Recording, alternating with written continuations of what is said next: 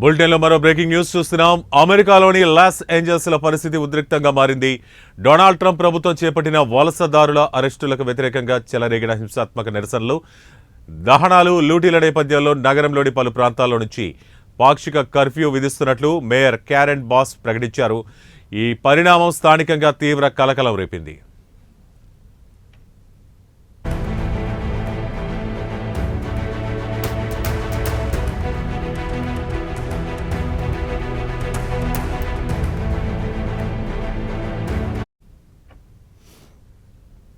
ఇక Los Angeles down టౌన్లోని కొన్ని ప్రాంతాల్లో నిన్నటి నుండి పాక్షిక కర్ఫ్యూ అమల్లోకి వచ్చిందని మేయర్ కారెన్ బాస్ తెలిపారు. రాత్రి 8 గంటల నుంచి ఉదయం 6 గంటల వరకు ఈ కర్ఫ్యూ అమల్లో ఉంటుందని, అవసరాన్ని బట్టి కొన్ని రోజుల పాటు కొనసాగొచ్చని ఆమె వివరించారు.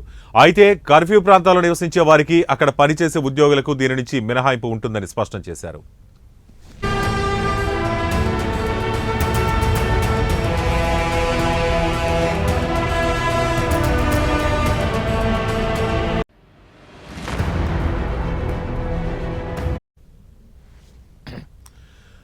గత వారం లాస్ ఏంజల్స్లో రోజువారీ కూలీలు, కార్మికులపై ట్రంప్ ప్రభుత్వం కఠిన చర్యలు చేపట్టింది. హోమ్ డిపో పార్కింగ్ స్థలంలో ఒక వస్త్ర తయారీ కంపెనీలో ఇమిగ్రేషన్ అండ్ కస్టమ్స్ ఎన్ఫోర్స్మెంట్ అధికారులు 40 మందికి పైగా వలసదారులను అదుపులోకి తీసుకోవడంతో శుక్రవారం నుంచి ఉద్రిక్తతలు రాజుకున్నాయి. ఈ దాడులే ప్రస్తుత అశాంతికి మూల కారణమని మేయర్ బాస్ పేర్కొన్నారు.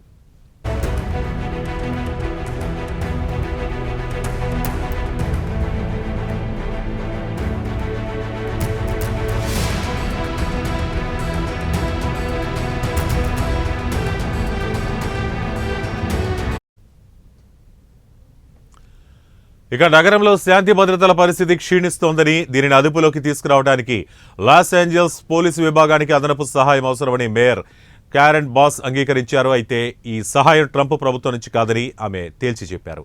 శాంతి భద్రతల సమస్యకు నిజమైన పరిష్కారం ట్రంప్ ప్రభుత్వం దాడులు ఆపడమని ఆమె అన్నారు.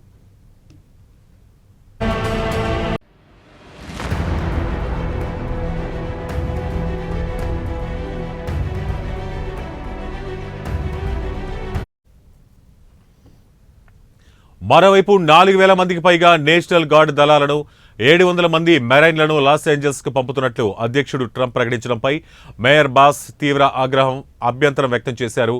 కాలిఫోర్నియా గవర్నర్ గ్యావిన్ న్యూసమ్ అధికారులను ట్రంప్ ప్రభుత్వం కాళరాస్తోందని ఆరోపించారు. ఇక మెరైన్లు ఇక్కడికి వచ్చాక ఏం చేస్తారని ప్రజలు నన్ను అడుగుతున్నారు. అది మంచి ప్రశ్నే, నాకు ఎలాంటి సమాచారం లేదు అని పాక్షిక కర్ఫ్యూ ప్రకటన సందర్భంగా విలేకరులతో అన్నారు.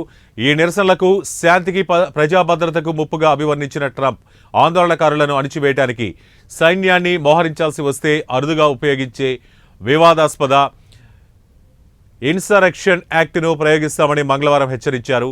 లాస్ ఏంజల్స్ను విముక్తి చేయడం తన లక్ష్యమన్నారు. ఇక కాలిఫోర్నియాలో మీరు చూస్తున్నది శాంతి, ప్రజా భద్రత, జాతీయ సార్వభౌమాధికారంపై విదేశీ జెండాలు మోస్తున్న అల్లరి మోకలు చేస్తున్న పూర్తిస్థాయి దాడి అని ట్రంప్ వ్యాఖ్యానించారు.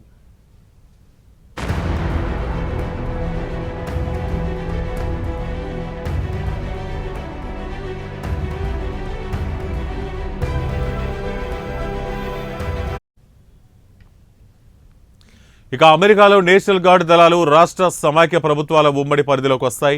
ఈ నేపథ్యంలో గవర్నర్ అనుమతి లేకుండా ఆయన అధికారాలను అధిగమించి నేషనల్ గార్డ్ దళాలు మోహరించినందుకు అధ్యక్షుడు ట్రంప్పై దావా వేయడానికి కాలిఫోర్నియా సిద్ధమవుతోంది. ఇక శాంతి భద్రతల పరిరక్షణకు కాలిఫోర్నియా స్థానిక బలగాలు సరిపోతాయని గవర్నర్ న్యూసమ్ నొక్కి చెప్పినప్పటికీ, ఏదైనా రాష్ట్రంలో దండయాత్ర జరిగినా లేదా అలాంటి భయం ఉన్న అధ్యక్షుడు సాధారణ దళాలతో అమెరికా చట్టాలను అమలు చేయలేని పక్షంలో నేషనల్ గార్డ్ దళాలను మోహరించడానికి వీలు కల్పించే ఫెడరల్ చట్టంలోని 3 నిర్దిష్ట నిబంధనలను ట్రంప్ ఉటంకించారు.